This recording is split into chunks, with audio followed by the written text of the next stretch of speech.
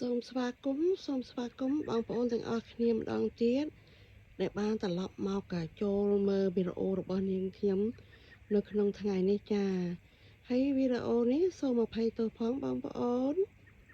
បើខ្ញុំនិយាយខុសឆ្គងអី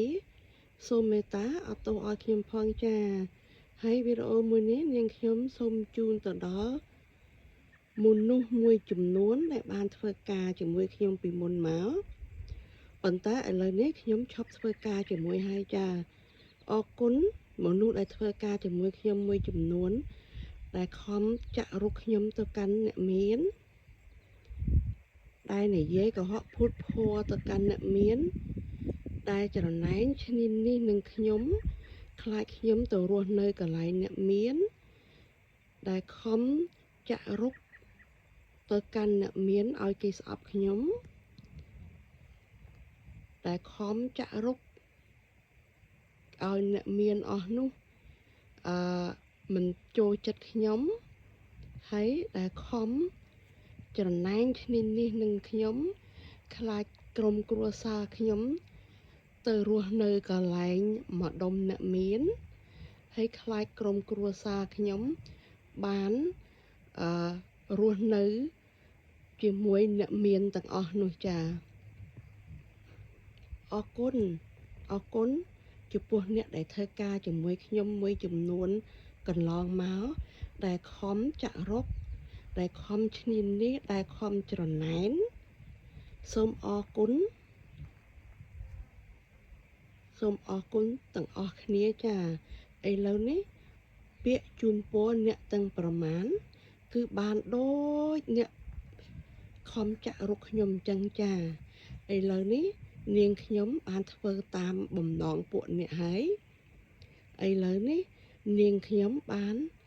មករស់នៅភូមិអ្នកមានចាអរគុណណាស់ចាដែលខំចាក់រុកទៅកាន់អ្នកមានទាំងអស់នោះចាឥឡូវនេះបានដូចបំណងអ្នកដែលធ្វើការជាមួយខ្ញុំមួយចំនួនពីមុនមកហើយចាភូមិខ្ញុំរស់នៅសប្ងៃនេះគឺម្ដុំភូមិអ្នកមានទាំងអស់ចាអរគុណដែលខំចាក់រុកចាឥឡូវបានដូចពួកអ្នកហើយបានដូចបំណងពួកអ្នកទាំងអស់គ្នាហើយចាហើយវីដេអូនេះសូមផ្ញើទៅអ្នកដែលធ្វើការជាមួយខ្ញុំពីមុនចាគឺមួយចំនួនតូចចាបានដូចក្តីប្រាថ្នាពួកអ្នកហើយនាងខ្ញុំបានមករស់នៅភូមិអ្នកមានដូចពួកអ្នកច្រណែនឈ្នានីសនឹងហើយចាសូមអរគុណបងប្អូននេះខ្ញុំនិយាយចំពោះអ្នកដែលធ្វើការជាមួយខ្ញុំកន្លងមកទេចា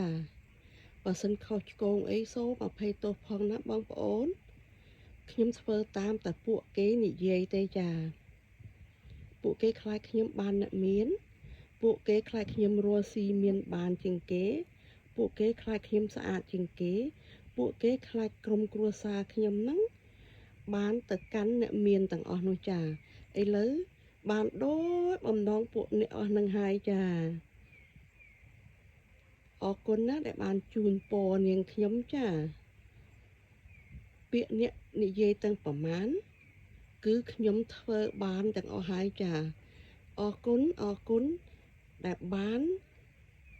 ជួយចាក់រុកទៅដល់អ្នកមានទាំងអស់នោះចាអរគុណបងប្អូននេះគឺសម្រាប់អ្នកដែលធ្វើការជាមួយខ្ញុំមួយចំនួនតូចណាចាច្រណែនឈ្នានីសបុករុកឆ្កឹះឆ្កៀលខ្លាចនាងខ្ញុំបានអ្នកមានខ្លាចនាងខ្ញុំទៅរស់នៅម្ដុំអ្នកមានហើយពាក្យជូនពរទាំងអស់នេះធ្វើឲ្យខ្ញុំបានសម្រេចដូចពួកគេអរគុណជម្រាបលាបងប្អូនខ្ញុំនឹងជួបបងប្អូនតាមវីដេអូផ្សេងទៀតណាបងប្អូន